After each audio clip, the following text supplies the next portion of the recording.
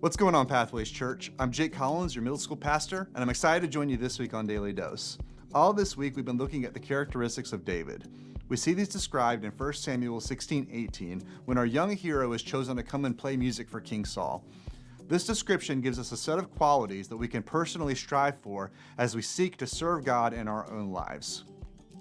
Let's look at 1 Samuel 16:18 all together one more time. I have seen a son of Jesse of Bethlehem who knows how to play the lyre.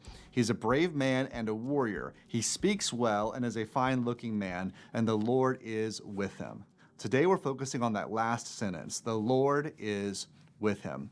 Some of you are probably wondering why this isn't first on the list. Remember that this is King Saul's servant talking, and they're looking for a musician. They're not exactly thinking about spiritual priorities. It's amazing that this was so evident in David's life at such an early point. Remember, David hasn't fought Goliath yet. He has been chosen by God as the next king, but he hasn't done anything that should garner him any public credit. His profile is still very low. Even so, this royal servant seems to know that David meets every qualification the king is looking for, plus the Lord is with him. A few years ago, I was driving from Charleston, South Carolina, back to my parents' house near Columbia. I should have stopped at a gas station before leaving Charleston, but I chose not to because I thought I'd be okay. I hit a stretch of rural highway where not only were there no gas stations, but there wasn't much at all.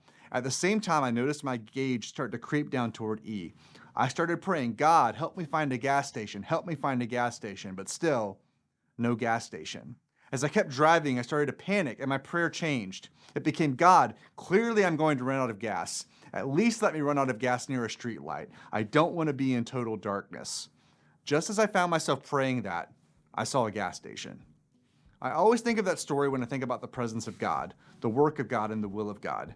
We say things like God's at work here, but that involvement can and often does go beyond what we would expect. God was already at work in David's life. We see later on that David's experiences as a shepherd set him up well for his time as a warrior and even as a king. Even seasons that make no sense can be incredible seasons of shaping, strengthening, and preparing. A great prayer for all of us as we find ourselves in tough situations is, God, remind me of your presence, remind me of your power, and remind me of the purpose that you have for me. David was skillful in his field and a brave warrior when he needed to be. He also chose his words well and presented himself well. But the difference maker in his life was the fact that God was with him. That same presence can be a difference maker for all of us. That's all for this week. We hope to see you all Sunday.